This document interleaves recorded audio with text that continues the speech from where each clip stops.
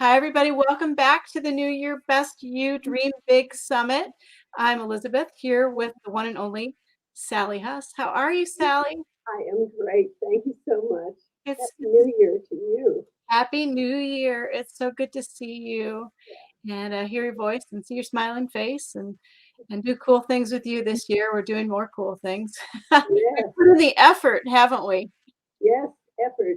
That's what it takes. Yes, We've we've been asking everybody in our community and then our 14 speakers to each pick a word that they want to kind of anchor in for 2023 and guide other people and themselves. And you picked effort. And what a powerful word that is. But I guess I want to know right off the bat, what's effort? what What does is that effort? mean?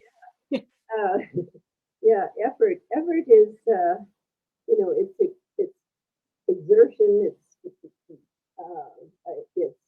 strength. It's energy. It's many things. But we have in our faculties three things. We have our mind, we have our heart, and we have our will.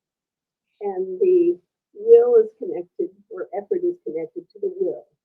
And so it's best, of course, to be balanced in all these areas. But sometimes people are over, mental, or they're too emotional, or or they have very strong will, or they don't balance it. So it's really best to be balanced. But effort is a strong point, and it's been a strong factor in my life, that's for sure. Tell us about your life. Tell us about some of the things that you've done. I want to direct everybody to sallyhuss.com because I'm familiar with you. I have the honor of working with you on projects and things like that. But tell us about your you know tennis. Tell us about art. Tell us a little bit about you. Yeah, well, um, I was raised in Bakersfield, California, and my father was a very fine athlete but never had any opportunities. And he channeled my brother and myself, our energies, into learning to play tennis. And so I learned tennis at a young age, even though at the same time my mother was supporting my artistic interests and giving me all sorts of lessons and um, all those craft kits that were available, and tons of crayons and coloring books. And she gave me private oil painting lessons when I was 10. It was this side, and then my father started my brother and myself into tennis, and but from that, uh, naturally it took effort, and that's all we did. We channeled our effort. So effort was an important factor because as I developed in tennis, I became uh, a young champion. By the time I was 18, I was the junior champion of the U.S. and Wimbledon. So it was a big, big thing. And I went on and eventually became a semi-finalist at Wimbledon in the women's division in singles and doubles. Yeah. So effort has always been a part of my life because you had to put out the effort to improve anything. Yeah, and now with over 100 children's books, Yes, you've certainly put out the effort there. Uh, yes, and I know I've had the pleasure and honor of working with you on the last 5. We've done the last 5 together. You've got a memoir that's coming out, all these things. It's a lot of effort, and it's so incredibly fulfilling and worth it. When we see eyes light up and hearts light up and smiles and everything with people reading all of your books, it makes my heart sing. And I hope you understand because all that effort out the door there's a lot of effort being put into drawing all the characters and the artistry and the words and everything. And putting it love you. together. Yes, and with the advent of self-publishing, it made it available to me. We had all these art galleries because finally, after my tennis career, I focused then into art. And my husband was a big factor in that, in directing, because he had been head of advertising and promotion for Hallmark Cards. And so he worked with Mr. Hall directly, and he saw my talent in art and galleries all over the country. And that was a fabulous thing because I could do as much as I want and work in all sorts of areas and do licensed products from clothing to purses to ceramics to, I mean, endless things, baby goods. And it was great fun. But when 9/11 hit, the retail just dropped completely. And the little galleries closed one by one. And so then it was, what are we going to do now? And so it took an effort again to change course and then to jump into doing what I'd always wanted to do, which was children's books. And Yeah. so, So, do you have your favorite one there? So 100 children's books. yeah, I do of these hundreds. I don't know why this book always sticks with me. I really don't remember them all, but I do love this book because it's called The Princess in My Teacup. It's in a multicultural version as well as this one. And it's in hardcover as well. But it just rolled off. I don't know. When you're writing it, I always write, of course, first. Some people say, do you write or do you do your illustrations first? I can't imagine how you could do illustrations and not have a story to go with it. So, yes, but it's just so cute. It happened a while back while I was visiting my cousin. We were having a cup of tea and eating cookies by the dozen. I was about to lift my cup to have another tasty swallow when my eyes caught something that startled me for what was to follow. I looked into my teacup. To my astonishment and surprise, there was something there that shocked me. I couldn't believe my eyes. So, so cute how she discovers a princess and that shows up. It's really her higher self that shows up in various liquid situations, a bowl of soup, the bathtub, and all this. And of course, at the very end, giving away the secret of it, but she says, yes, the kindness, the goodness, and that the princess asked me to share was something that I could easily spare. I had plenty of it, plenty to give away, and that's what I promised to do each and every day. Yeah. That's how it all came about, how I learned who the princess was, without a doubt. Now I know that the princess in my cup of tea was none other than the princess in me. Yeah, I love that book. Yeah, it's so sweet. Good, yeah. Show the front of it one more time so people see it. It's a great book, The Princess and the Teacup. In my teacup, yeah, it's so adorable. So 100 children's books. I'm gonna hold up a few of ours so people see. Yeah, This is our latest one. We have Dream Big with Food Allergies. yeah, Now, we got to talk about Joe Spurley for a minute because Joe Spurley said to me when I met Joe, you need to know Sally, and she's got all these books and amazing artistry and everything. And I approached you about helping me get a message out to kids so that we would have kids stay alive and thrive with food allergies, a cause near and dear to my heart. And you said yes. And this book has been a bestseller since it hit Amazon. It hasn't come down from bestseller. It's in schools and libraries and everything. And it's a lesson for every child learning about food allergies. And so I just never know how to thank you even properly. I wore red and yellow today to kind of match.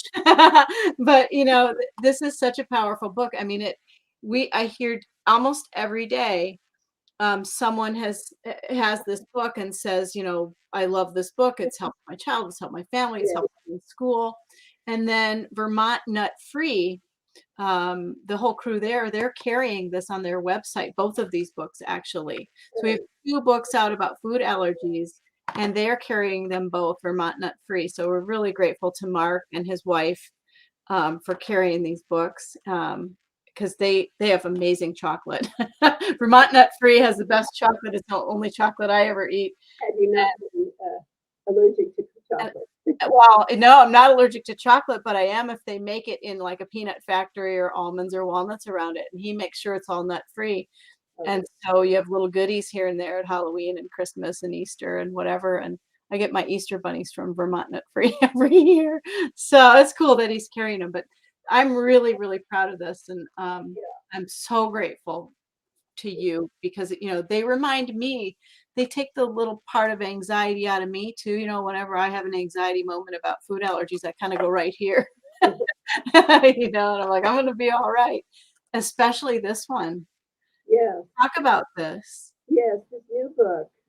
The first book was really a book to educate children, all children, not just children with food allergies, but to let their friends and siblings and anybody else out there know what it's about and how difficult it is for a child to have this, um, not a disease, but this condition, we'll say, and have to deal with it. And making that child talk in class and explain his situation, and it evokes the sympathy of his classmates. It's adorable, It and really is. yeah, and he becomes the hero. The teacher says anybody who has this self discipline to handle this condition can do anything in life. Yeah. And so he's learned self discipline, which is Yeah. absolutely necessary. So he put in the effort. Yeah, he sure did, and so did you. It's gorgeous. Yeah. And then effort again. I know it was funny because you were like, I'm kind of done with books, and I'm like, please, Sally. This, And this one came about because you had a friend who brought up the fact that they had been a camp yeah, for children with food allergies and other limitations. yeah, And so you wanted a book for those specific children to deal with their hesitancies and their apparent limitations.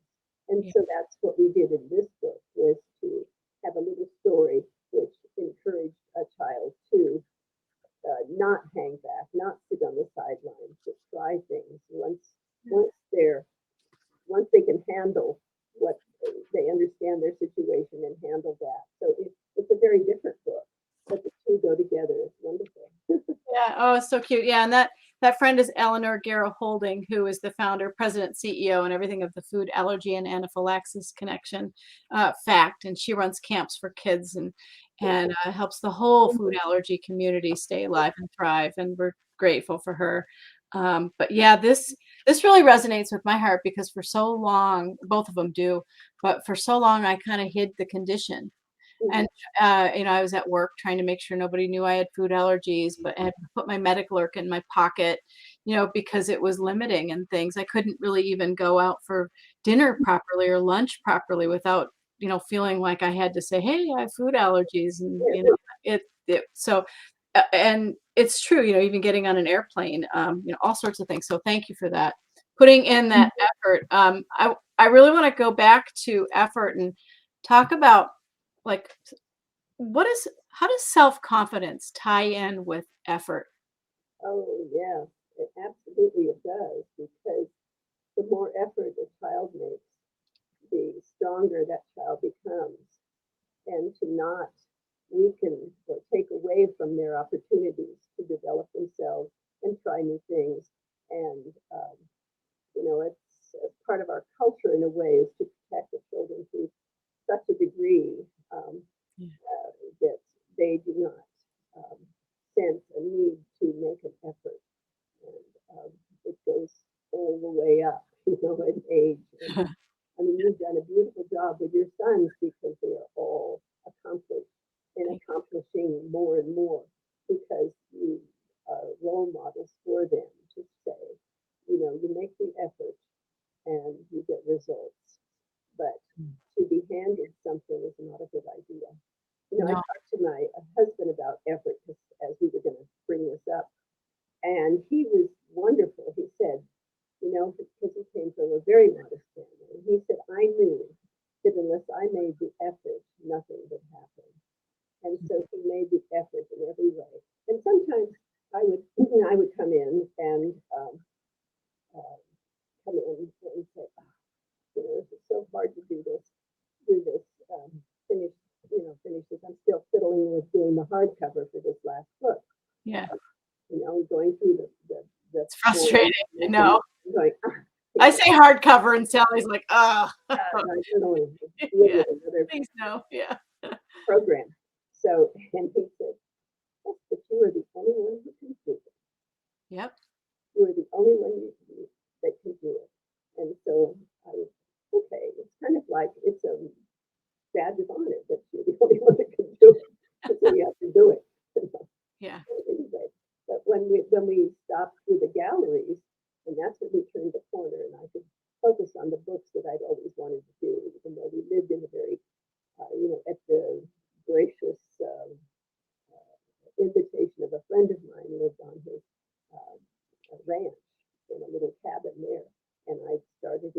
and taught myself how to draw on the computer and create books. And I did it and more, just like I did it with art and painting. I would paint a painting and leave it and go to do another painting, do another painting, do another painting, because you get better in the doing and the effort that you make.